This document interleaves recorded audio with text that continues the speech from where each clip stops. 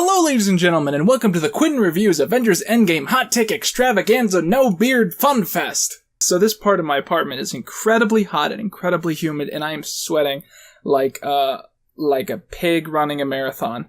And so I want to apologize for my appearance, because I already don't look good, and as this continues, over the next 2 hours of me recording, I'm gonna look worse and worse, because I am dying right now.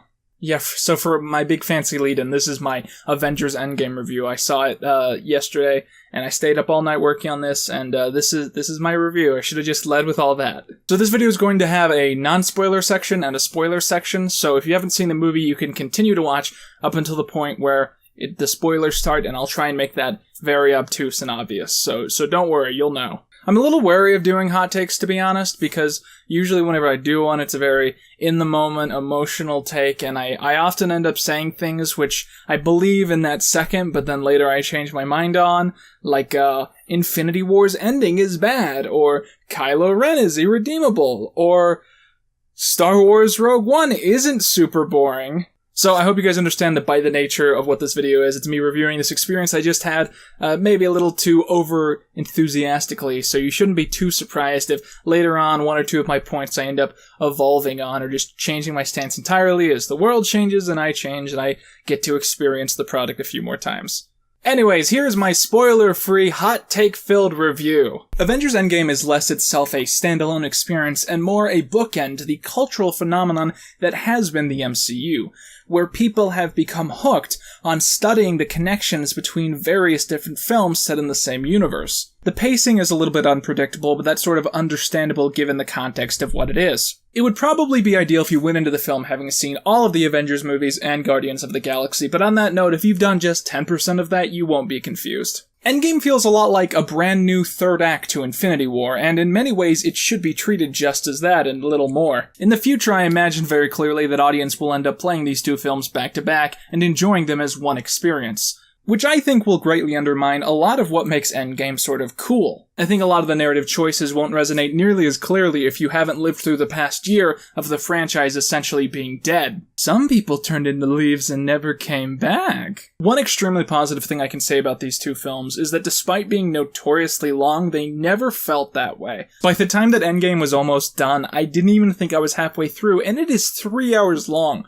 Honestly, if you go to this, besides from the fact that you're going to need to use the bathroom, you're probably not even going to notice that it is that long of a movie. If you're still on the fence about this and you're not sure if you want to see this in the theater, here's what I would say. When I was younger, when I was real little, I would always be so fascinated by the fact that my dad got to see films like Back to the Future and Bill and Ted's Excellent Adventure in the theater. He was there on day one, before the movies are actually set, enjoying them with all the rest of the audience, something which I now take for granted as a huge part of pop culture in this world. He was there at the start. And I think Endgame is our version of that, you know? This is like an anecdote and an experience that we're going to be talking about a long time later. Being alive is all about having fun experiences, doing fun things, and if you think that this is going to qualify as fun to you, then you should see it. Full stop. And basically that's all I felt like saying that isn't filled with spoilers, so from here on out in the video, lots of those. Here's footage of an air raid siren I downloaded off of YouTube.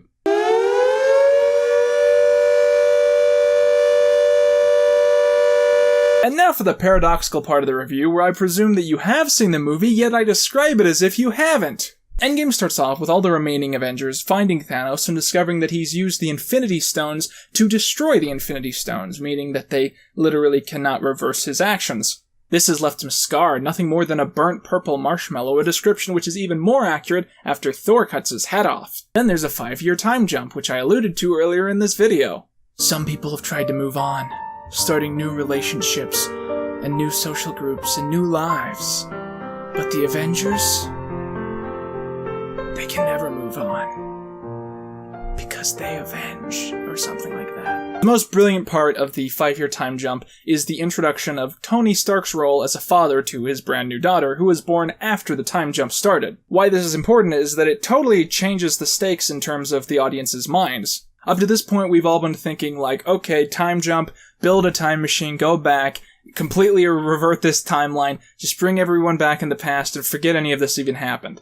But as soon as we see Tony Stark raising this daughter and just being a good father, all that's gone. We like this kid, and we don't want to take away happy memories that she has had with her father. And so we're starting to get into the heads of the Avengers, who want to bring everybody back without destroying what they've gained during this time. This is a weird tangent, but I was so happy that they did not do the stupid mistake of illustrating that Thanos' plan worked. Because that's a hot take I've been seeing floating around, people being like, Infinity War is brilliant because Thanos' plan makes sense. And no, it does not.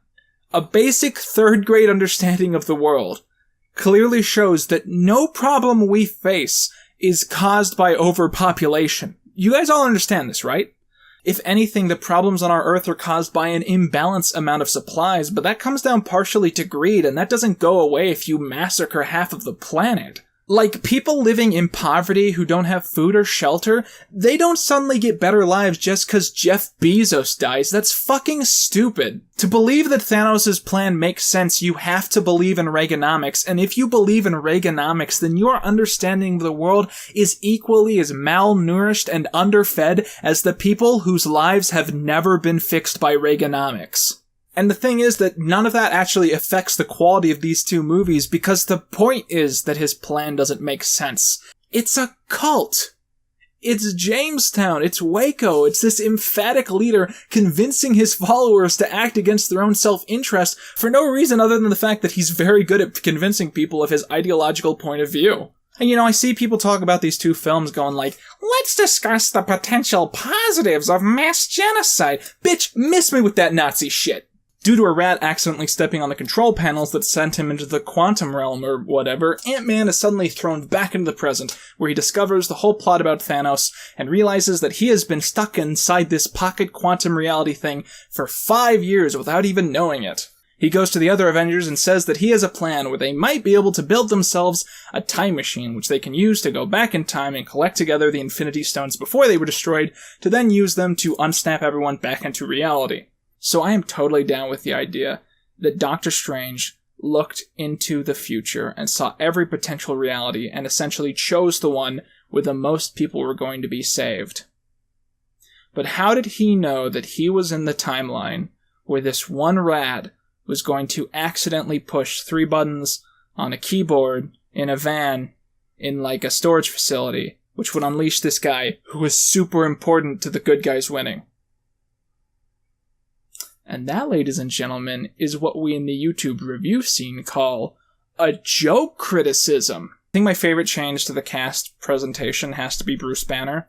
The first time we see him, he's appearing as the Hulk in a diner. And he's got, like, clothes on, and he's talking fully in English. I think he has glasses on, he's, like, reading a newspaper.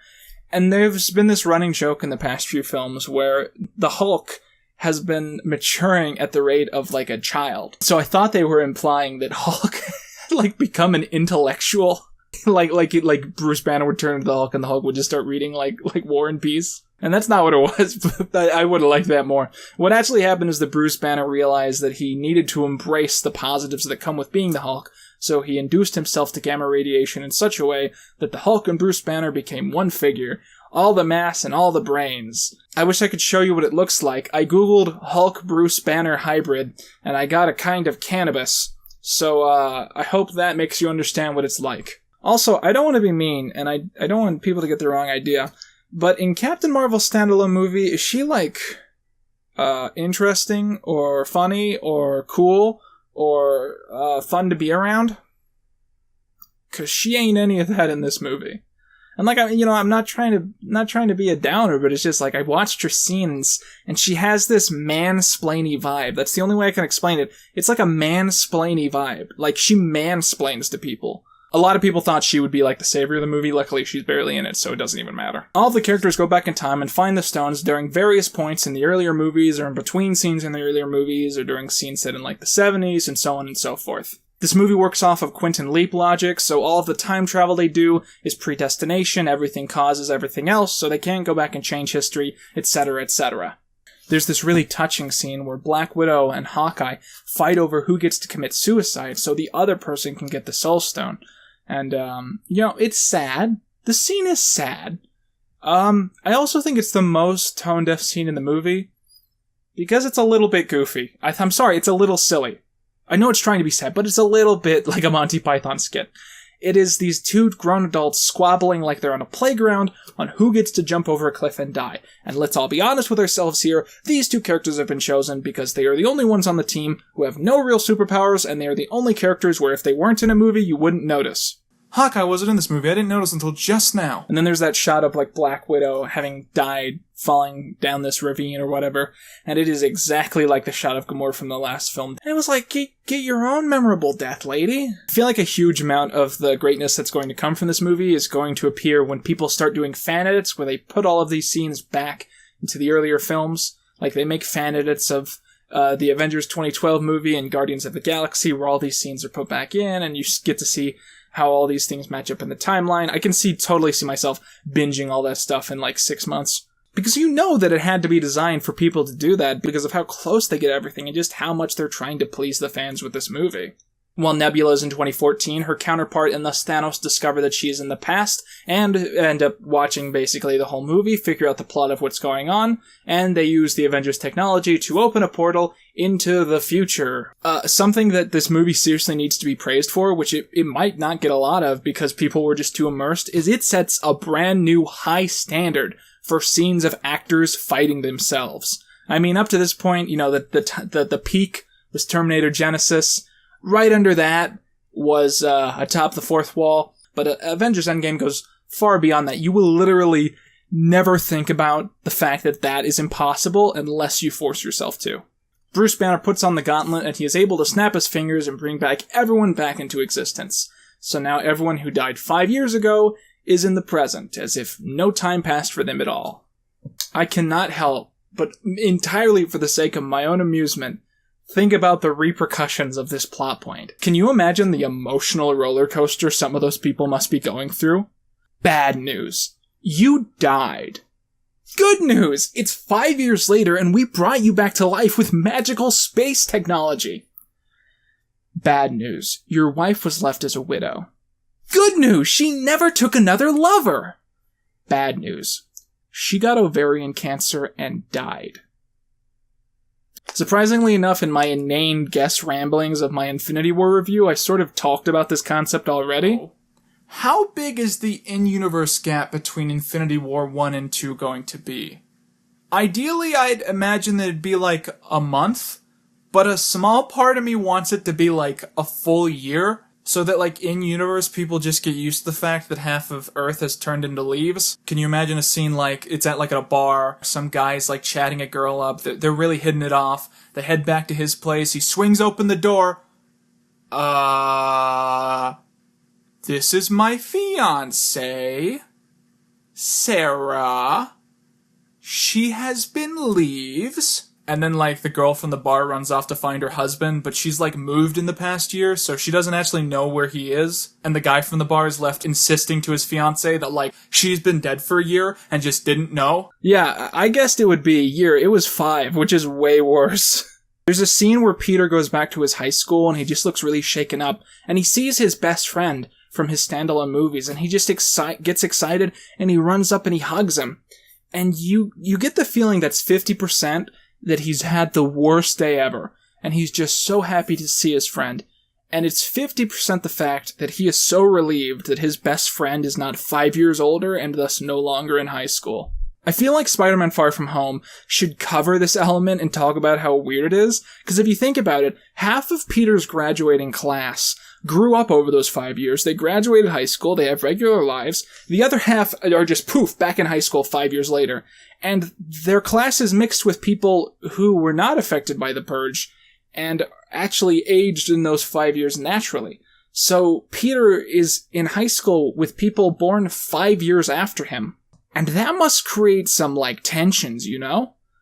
'Cause half of the class was born in 2001, and half of them were born in 2006. I bet they're basically rival gangs.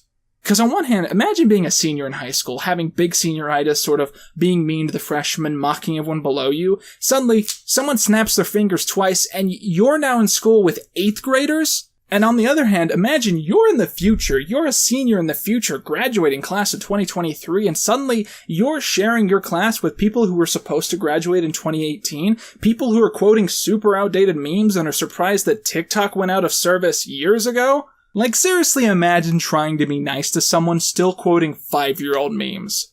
Oh my god. I'm sorry. I just realized any law based around age is fucked. Like, holy shit, if you're a government, how do you even deal with that? The old system for calculating age, of taking the year of birth from the current year, that now has a success rate of 50%.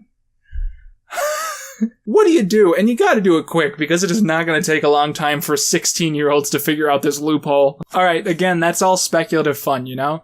I think it's not bad that there are all these what-if questions about this universe and what the future stories are gonna do. I don't think that's bad. I think it can be seen as a positive. The creators of the first film said that they were going to go out of their way to make sure the film still mattered, still had an impact, and that a lot of the deaths were permanent. And I seriously respect that, because I like this a lot more than just the idea that these two films would be bad happens and bad unhappens and no consequences. Alternate timeline. Doesn't matter, you know? The thing is, you know, I've criticized this style of storytelling, and specifically as a trend, because I felt, and I do feel, that if this continued to be done over and over again, it would be very obnoxious. But the thing is, I don't think it will. Because so many people have tried to replicate this, and there has not been a lot of great success. DC failed. The Dark Universe failed so much that it was just one movie. I mean, I don't think anyone can really do even a smidgen of what Marvel's done, so I guess I shouldn't be worried about someone doing something like Infinity War. The MCU is really this big lightning in a bottle situation, because for some inexplicable reason, when it expected us to actively do homework in order to enjoy their products, we all agreed to. And I don't think even they could do that again. I think they'll have to play their cards a little more subtly in the future. But for lightning in a bottle, I think what they've created is electrifying. I just thought of that. At the end of the movie, Tony uses his version of the Infinity Gauntlet to snap all of the bad guys back into the past, basically saving the universe. But the power is so much that it takes such a toll on his body that he passes away. And it is not an easy task for media to make me cry, but this movie had me at so many points. It is just so gut-wrenching, you know? And it's not the sort of sad where it's a movie studio trying to make something sad for the sake of making something sad, like Superman's death from Superman v Batman. It's like, it's actually tragic and so touching and so deep. It's sad because it's beautiful in some way, and I can't respect that enough. Steve gets his own little happy ending, which I guess is sort of ridiculous, but he deserves it, so I don't even care. I'm not even gonna think about it. Like, I don't care. He's happy, and that's all that matters to me. Because these films have been going on for so long, and I've been so obsessed off and on with loving these characters and absorbing them. I mean, Iron Man was, that was such a huge movie when I was young. And now I get to see elements of that film get paid off so many decades later, so many dozens of films later, and it's, like, honestly, so satisfying and so beautiful, and it is the bookend to a cultural phenomenon which is inexplicable, and that's why Avengers Endgame is great, I think. That's why I like it a lot. And, that is my emphatic hot take, which maybe everyone else on the internet disagrees. I never know. I didn't look up anyone's thoughts, so maybe I'm going to look like a big idiot here, but that's what I feel. I'm very happy with this film. It makes me feel a lot of things. I hope you guys have been able to share that with me. With that, I've been Quinton Reviews, and that's all you need. I need to lose more weight before I go beardless again.